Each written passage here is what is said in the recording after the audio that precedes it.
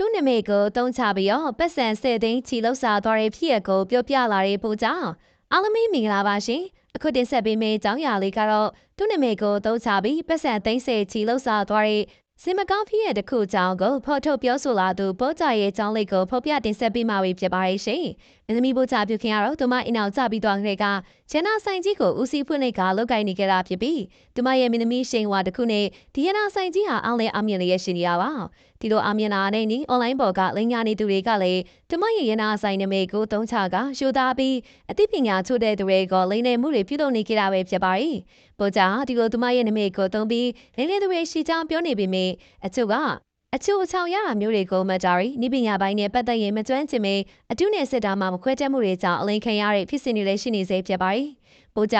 သူမရဲ့ပရိသတ်တွေခုလိုလိမ်ခံရတဲ့အတွက်ကိုမြင်ရကြတာစိတ်မကောင်းဖြစ်တဲ့အတွက်အခုပရိသတ်တွေကိုထပ်မံပြောကြားလာခဲ့တာပဲဖြစ်ပါရဲ့ဒီနေ့စိတ်မချမ်းမြေ့စရာတစ်ခုကြားရီကျန်တာ PK ထွန်းပေးတူနဲ့ရွှေအောင်နာကိုဝယ်မိရဲ့ကိစ္စပါသွားတဲ့သူကသိန်းစင်နေချီပါတော်တော်များပါရီကျမအနေနဲ့ခဏပြောပါရီကျမတို့ဆိုင်ကဆိုင်ရောင်းတည်တယ်မှာအွန်လိုင်းစိတ်လုံးဝမရှောင်ပါဘူးရွှေဆက်လိုက်ကြီးကို9သိန်း10သိန်းနဲ့ရောင်းချနေတာဒီနုထစင်းဆိုင်ရင်တောင်မှဖြစ်နိုင်တဲ့ကိစ္စကြီးကိုမယုံကြပါနဲ့လို့အတက်တက်သတိပေးလေကျုံနေသူကယုံကြတော့ခက်တဲ့ရှင်သူတို့ရဲ့ဘဏ်ကောက်မှာကနမဲရီကိုကျမရဲ့နမဲဖြစ်တဲ့ပိုးချဖြူခင်ဆွဲနမဲရီကျမနမဲရှင်းဖြစ်တဲ့မင်းမြင့်မို့ဆိုတဲ့နမဲရဲ့နဲ့အဖွဲလိုက်လို့စားကြတာပါ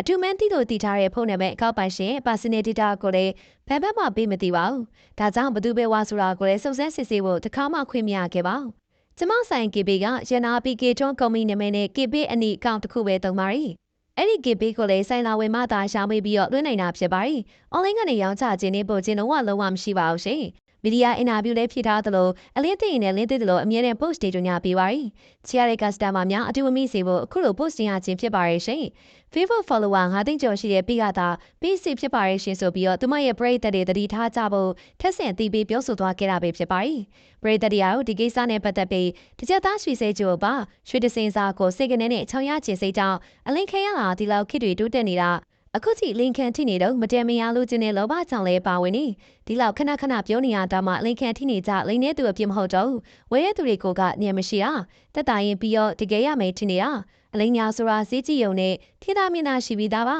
အချောင်းလို့ခြင်းတော့လူလိန်နေနဲ့တွေ့မှာပဲအလိန်ခံရတဲ့သူတွေရိုးလို့အားလို့တဲ့လောဘအရင်ကြီးလို့နေသူတွေတရားတဲ့ချင်းမပေးချင်တဲ့သူတွေခံရတာများရင်အွန်လိုင်းခေတ်ကြီးမှာအလောက်စဉ်းစားစစ်ချင်နိုင်စွမ်းမရှိနေရင်နိုင်တော့မှမသုံးသင့်တော့ပါမတနာနေနေဆိုပြီးတော့ဝင်ရမှတ်ချက်ပြုပြောဆိုခဲ့ကြတာပဲဖြစ်ပါရဲ့ရှင်ပရိသတ်ကြီးတို့လည်းတတိထားနိုင်ဖို့အတွက်တင်ဆက်ပေးလိုက်ပါရနော်နောက်နေ့ဒီမှာလေးစိတ်ဝင်စားစရာအကောင်းကြီးဆယ်ရီတွေလူပညာရှင်တွေရဲ့သတင်းတွေတူပြန်လာခဲ့ဦးမှာဖြစ်လို့ကျမတို့ရဲ့ပေလေးကိုစောင့်မျှော်ကြည့်ရှုအားပေးဖို့အတွက်မမေ့ကြပါနဲ့ဦးရှင်အဘိနာစင်ကြကြတဲ့ပရိသတ်တယောက်ချင်းစီတိုင်းကိုစိတ်နှလုံးရှင်လန်းချမ်းမြေ့ကြပါစေရှင်